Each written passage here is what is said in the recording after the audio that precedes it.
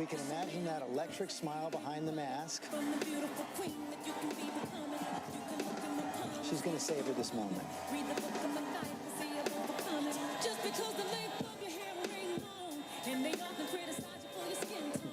Wanna hold your head high, cause you a pretty woman. Get your runway stride on and keep it going. Girl, live your life. Just yeah.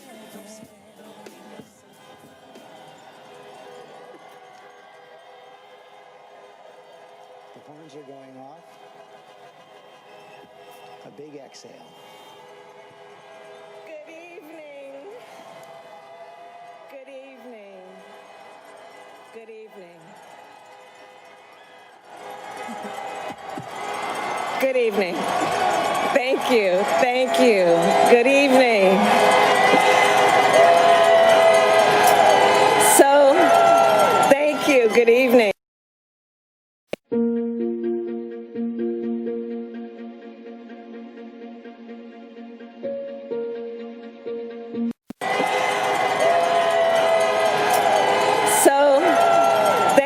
Good evening.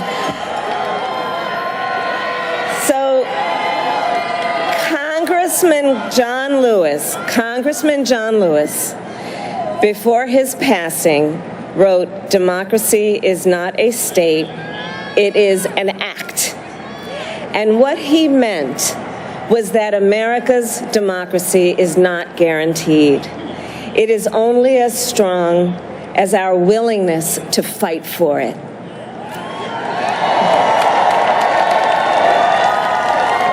To guard it and never take it for granted. And protecting our democracy takes struggle, it takes sacrifice, but there is joy in it, and there is progress, because we, the people, have the power to build a better future.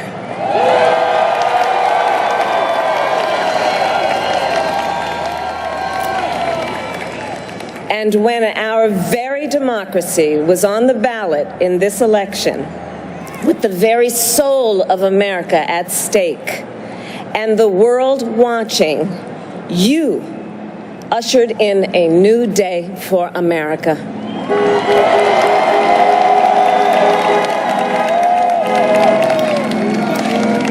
To our campaign staff and volunteers, this extraordinary team, thank you for bringing more people than ever before into the democratic process.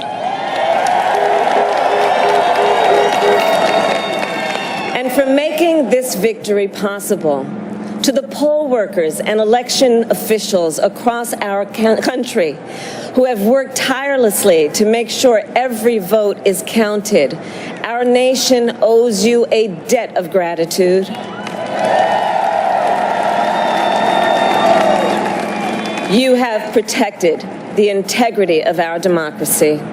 And to the American people who make up our beautiful country, thank you for turning out in record numbers to make your voices heard.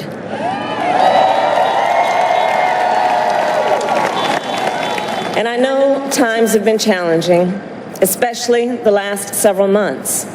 The grief, sorrow, and pain, the worries and the struggles. But we have also witnessed your courage, your resilience, and the generosity of your spirit. For 4 years, you marched and organized for equality and justice, for our lives and for our planet. And then you voted.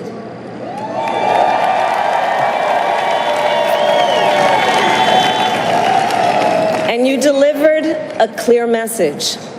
You chose hope and unity, decency, science, and yes, truth.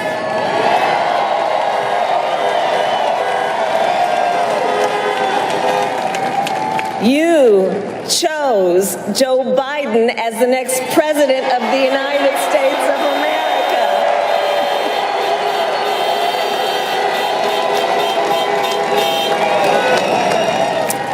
And Joe is a healer a uniter, a tested and steady hand, a person whose own experience of loss gives him a sense of purpose that will help us as a nation reclaim our own sense of purpose, and a man with a big heart who loves with abandon.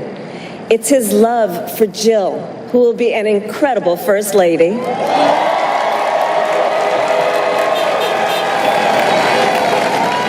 It's his love for Hunter and Ashley and his grandchildren and the entire Biden family.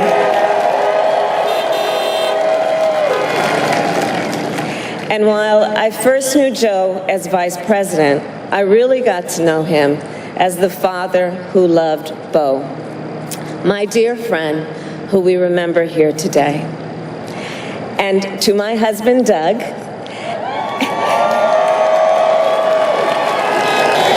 and our children, Cole and Ella, and my sister Maya, and our whole family, I love y'all more than I can ever express.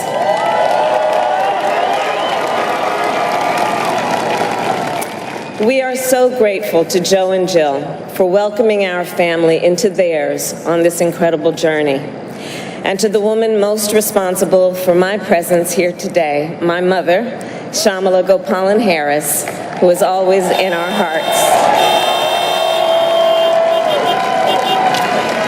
When she came here from India at the age of 19, she maybe didn't quite imagine this moment, but she believed so deeply in an America where a moment like this is possible. And so I am thinking about her and about the generations of women, Black women,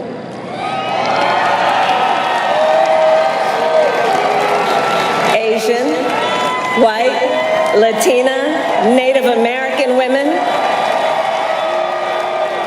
who throughout our nation's history have paved the way for this moment tonight. Women who fought and sacrificed so much for equality and liberty and justice for all, including the Black women who are often, too often, overlooked, but so often prove they are the backbone of our democracy.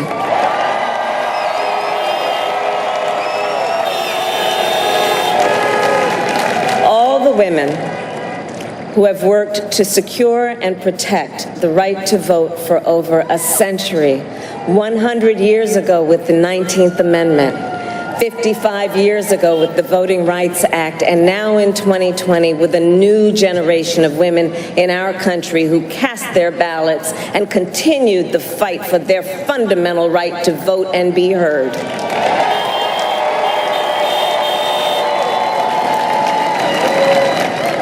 Tonight I reflect on their struggle, their determination, and the strength of their vision to see what can be unburdened by what has been. And I stand on their shoulders. And what a testament it is to Joe's character that he had the audacity to break one of the most substantial barriers that exists in our country and select a woman as his vice president.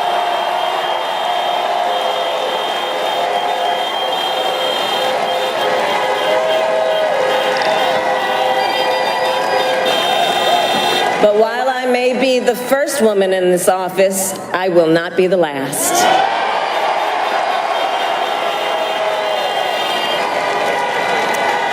Because every little girl watching tonight sees that this is a country of possibilities. And to the children of our country, regardless of your gender, our country has sent you a clear message. Dream with ambition, lead with conviction, and see yourselves in a way that others may not, simply because they've never seen it before. But know that we will applaud you every step of the way.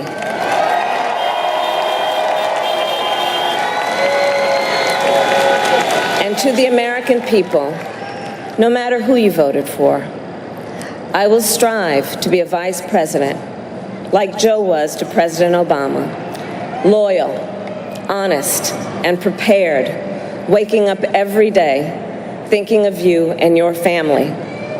Because now is when the real work begins, the hard work, the necessary work, the good work, the essential work to save lives and beat this epidemic, to rebuild our economy so it works for working people, to root out systemic racism in our justice system and society, to combat the climate crisis, to unite our country and heal the soul of our nation.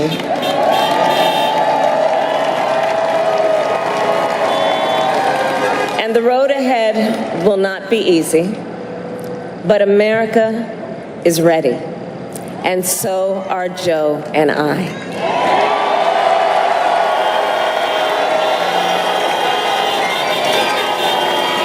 We have elected a president who represents the best in us, a leader the world will respect and our children will look up to, a commander-in-chief who will respect our troops and keep our country safe, and a president for all Americans.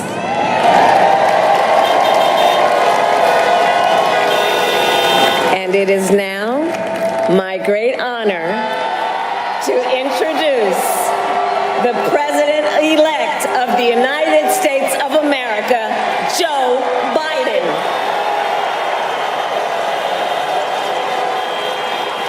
And there he is, bounding onto the stage. Just a few weeks short of 78 years old, determined not to show it right now, feeling this moment. Joseph Robinette Biden Jr., who will be the 46th President of the United States. Fist bump for these times. Joe Biden and Kamala Harris first brought together by Joe Biden's late son, Beau, who was Attorney General of Delaware. Kamala Harris served as Attorney General of California. They worked together. Had a warm relationship, tested during the campaign as she went on the attack during the first debate, but they overcame that.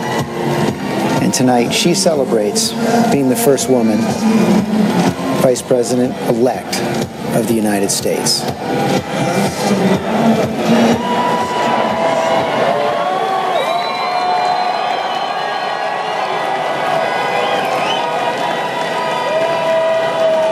Hello, my fellow Americans, and the people who brought me to the dance, Delawareans.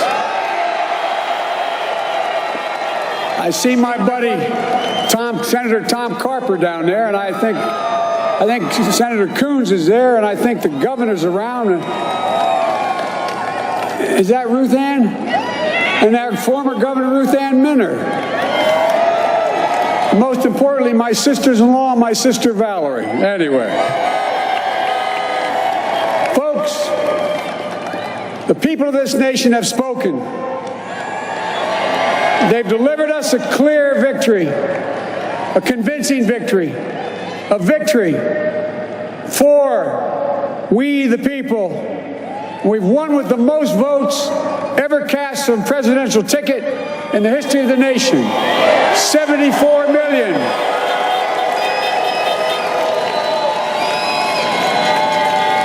What I must admit has surprised me.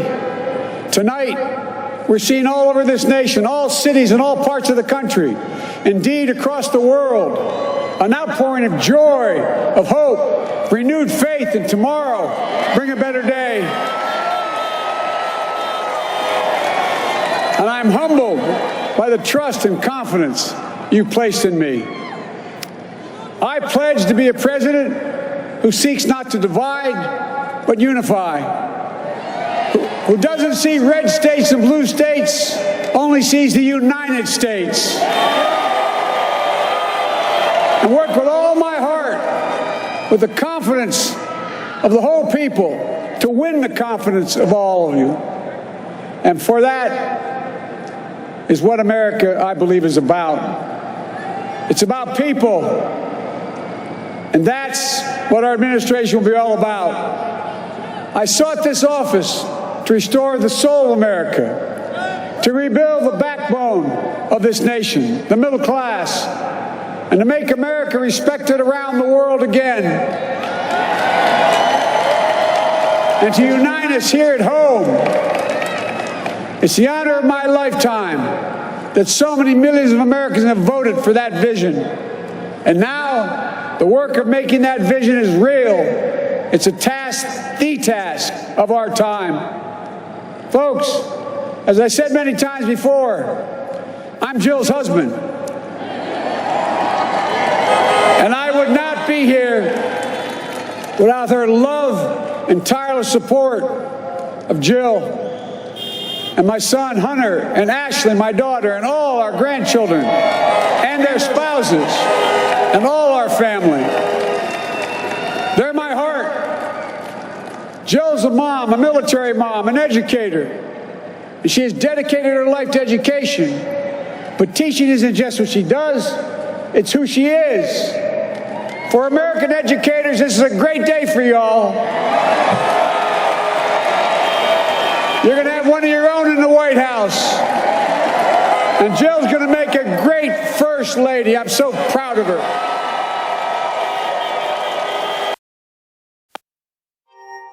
Try online work and project calendars. Unlike traditional calendars, Write Calendar.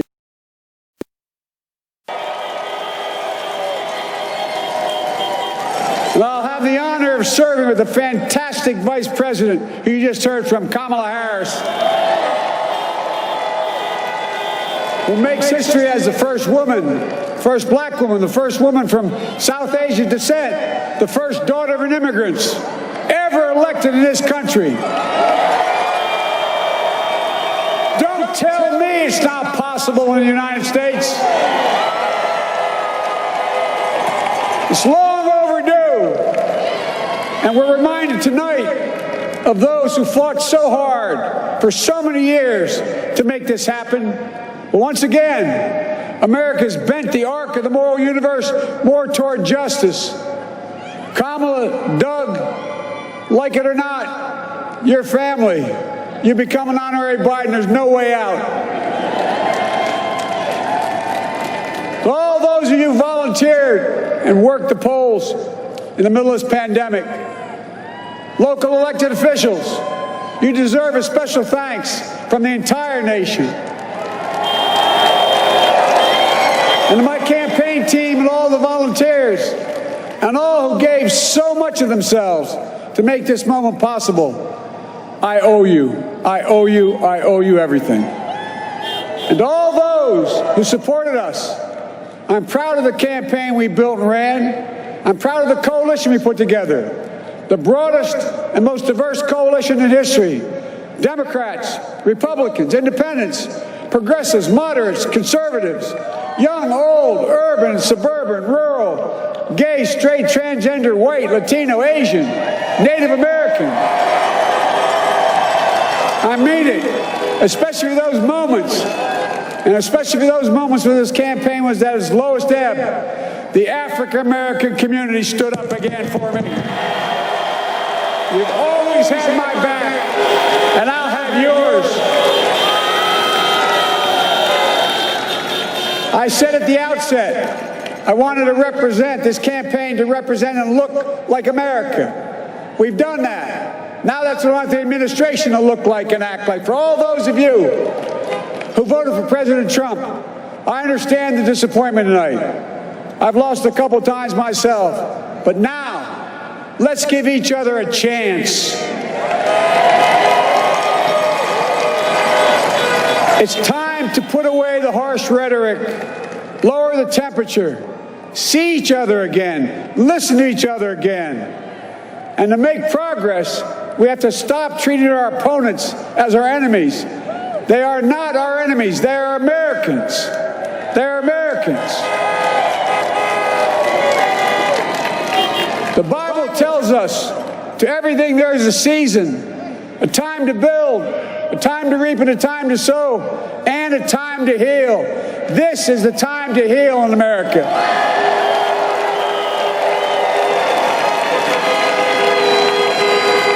Now this campaign is over. What is the will of the people? What is our mandate? I believe it's this. Americans have called upon us to marshal the forces of decency, the forces of fairness, to marshal the forces of science and the forces of hope in the great battles of our time. The battle to control the virus, the battle to build prosperity, the battle to secure your family's health care, the battle to achieve racial justice and root out systemic racism in this country, and the battle to save our planet by getting climate under control, the battle to restore decency, defend democracy, and give everybody in this country a fair shot. That's all they're asking for, a fair shot. Folks, our work begins with getting COVID under control. We cannot repair the economy, restore our vitality, or relish life's most precious moments, hugging our grandchildren, our children, our birthdays, weddings, graduations, all the moments that matter most to us until we get it under control. On Monday, I will name a group of leading scientists and experts as transition advisors to help take the Biden-Harris COVID plan and convert it into an action blueprint that will start on January the 20th, 2021. That plan will be built on bedrock science. It will be constructed out of compassion, empathy, and concern. I will spare no effort, none, or any commitment to turn around this pandemic. Folks, I'm a proud Democrat, but I will govern as an American president. I'll work as hard for those who didn't vote for me as those who did. Let this grim era of demonization in America begin to end here and now.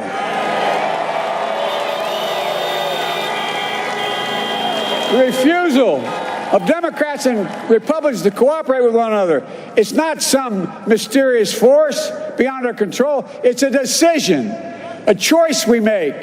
And if we can decide not to cooperate, then we can decide to cooperate. And I believe that this is part of the mandate given to us from the American people. They want us to cooperate in their interest. And that's the choice I'll make. And I'll call on Congress, Democrats and Republicans alike, to make that choice with me. The American story is about slow yet steadily widening the opportunities in America.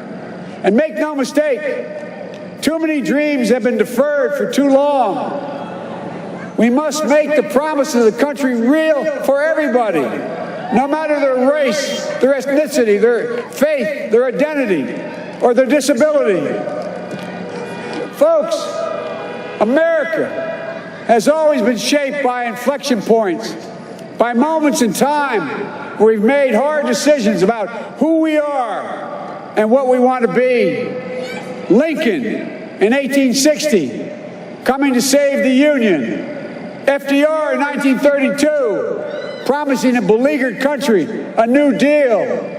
JFK in 1960, pledging a new frontier.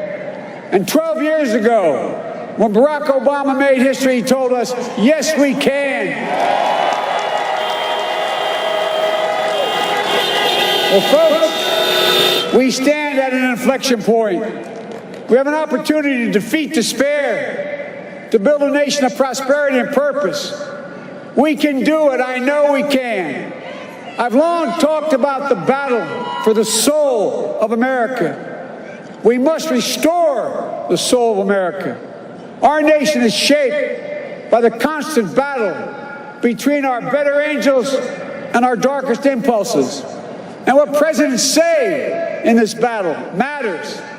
It's time for our better angels to prevail. Tonight, the whole world is watching America. And I believe at our best, America is a beacon for the globe. We will not lead. We will lead not only by the example of our power, but by the power of our example.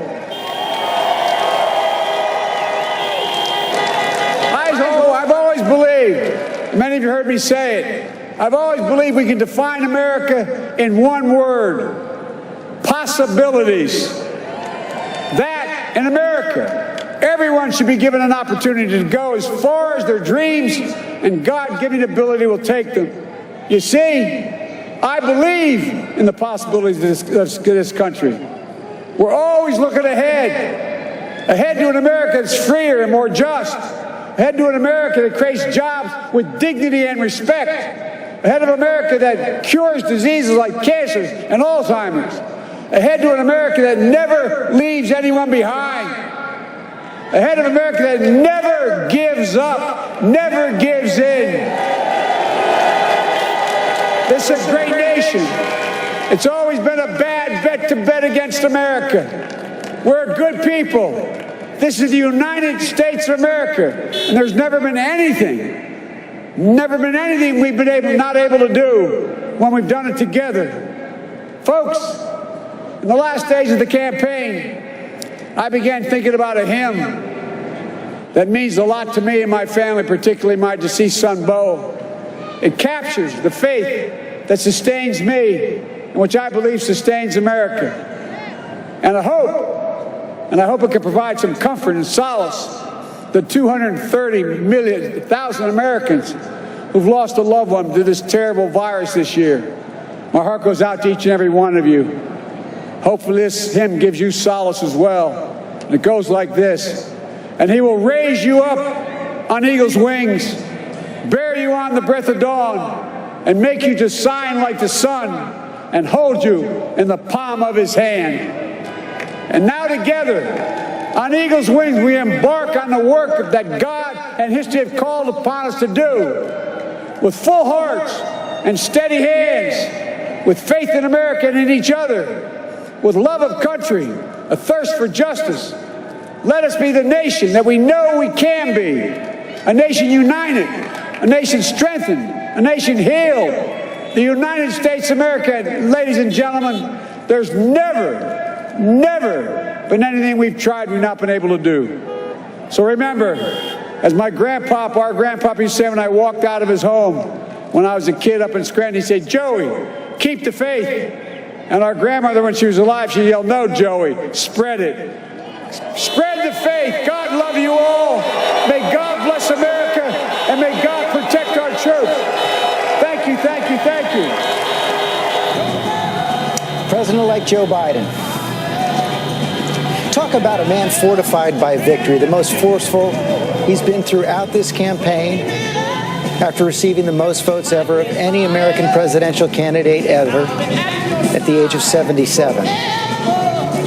Boiled down his message to 3 words: he did it. Time to heal. That was his message to a nation in the grip of a pandemic. Joe Biden, Dr. Joe Biden, now joining him out on the stage. That was his message to the millions of Americans out of work. That was his message in a time of racial tension, at a time when raw politics is seeping into too many corners of our lives. He says it's time to heal. He promised first and foremost to be a president who will not divide but will unify. Talking now of higher love. He still saw some of the old school politician in him. He couldn't help himself. He walked out onto the stage and called out the 2 senators from Delaware. That's a man who's been running for office since the age of 27, as the rest of his family comes out to celebrate as well. His son Hunter, the target of so many, gets a hug from his dad. Joe Biden never wavered in that love, no matter what was thrown at his son. Kamala Harris's family is out there as well. Mary Bruce, you were out there the whole campaign. We saw a man energized tonight. It was a Joe Biden like I really have never seen during this campaign. And George, when you take a step back, this has been such a hard-fought year and a half. A campaign completely upended by a pandemic. It is likely going to be a very hard-fought transition and a long road ahead. But tonight was a moment for so many here, that sense of a collective exhale and a moment really to relish in the possibility. That's that's what seemed reflected so much in the remarks here tonight. That sense of hope that the country can maybe come together, that the country can heal going forward, and that they can perhaps accomplish all of these big things that they are setting out to do. Look, they know that this is going to be very difficult, but tonight is a moment to pause, to take it all in as you see them doing now on the stage, and to think about the possibility and the opportunity ahead. David Muir said the first job getting this pandemic under control. Yes, he's been very consistent on that. He said this is a time to heal America, as you pointed out, George. He said marshal the forces of decency, of hope, and we must control the virus. That was first on his list that he presented to the American people tonight. And what an extraordinary moment tonight for Joe Biden, George. He turned 78 years old in just a couple of weeks. This is a man who has dreamed of this moment for more than 30 years. He ran for president 3 times, but perhaps this is the time for the man to meet the moment. He knows what he's walking into. He said, for those of you who voted for Donald Trump, let's give each other a chance. Let's lower the temperature. Let's see each other, listen to each other. And he said, let's end this era of demonization in America. It ends now. And he will call on Democrats and Republicans to cooperate. And George, this was something he told both of us in this campaign leading up to this moment. That's what he intends to do. Lindsey Davis, Kamala Harris, resplendent in the white of the suffragette movement, celebrated so many firsts. Daughter of an immigrant, first woman, first black vice president. And when you talk about the first, there are actually T-shirts that the Biden campaign sold prior to this that said first but not last. That was something that she shared tonight, saying while I may be the first woman in this office, I will not be the last. She has said in the past that her mother raising what she called 2 black daughters, even though her mother was from India, that she had told them, you may be the first to do many things, but make sure you're not the last.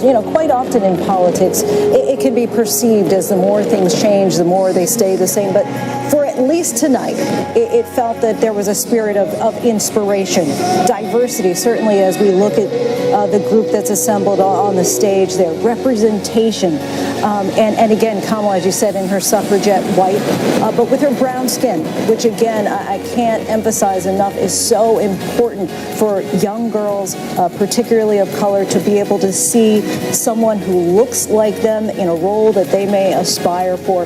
Both the president-elect and vice president-elect talked about opportunity. Both talked about black voters coming through and standing up for them, and both talked about healing. And the word possibilities from both of them as well. John Carl, Joe Biden is a man shaped by loss and recovery from loss. That's where his empathy is rooted in, and it was that loss that he cited when he reached out to the Trump supporters. He sure did, George, and there is a line in this speech that I think will reverberate. He said, to make progress, we have to stop treating our opponents as enemies. They are not enemies, they are Americans. That is a dramatic change in tone from where we have been. First day possibly of a new era. You see it right there, Biden. Fireworks above Wilmington, Delaware. We just heard his first speech as president-elect, the first speech from the vice president-elect, Kamala Harris. That is all for us tonight. We're going to have much more in the days ahead. We hope you have a good night as well.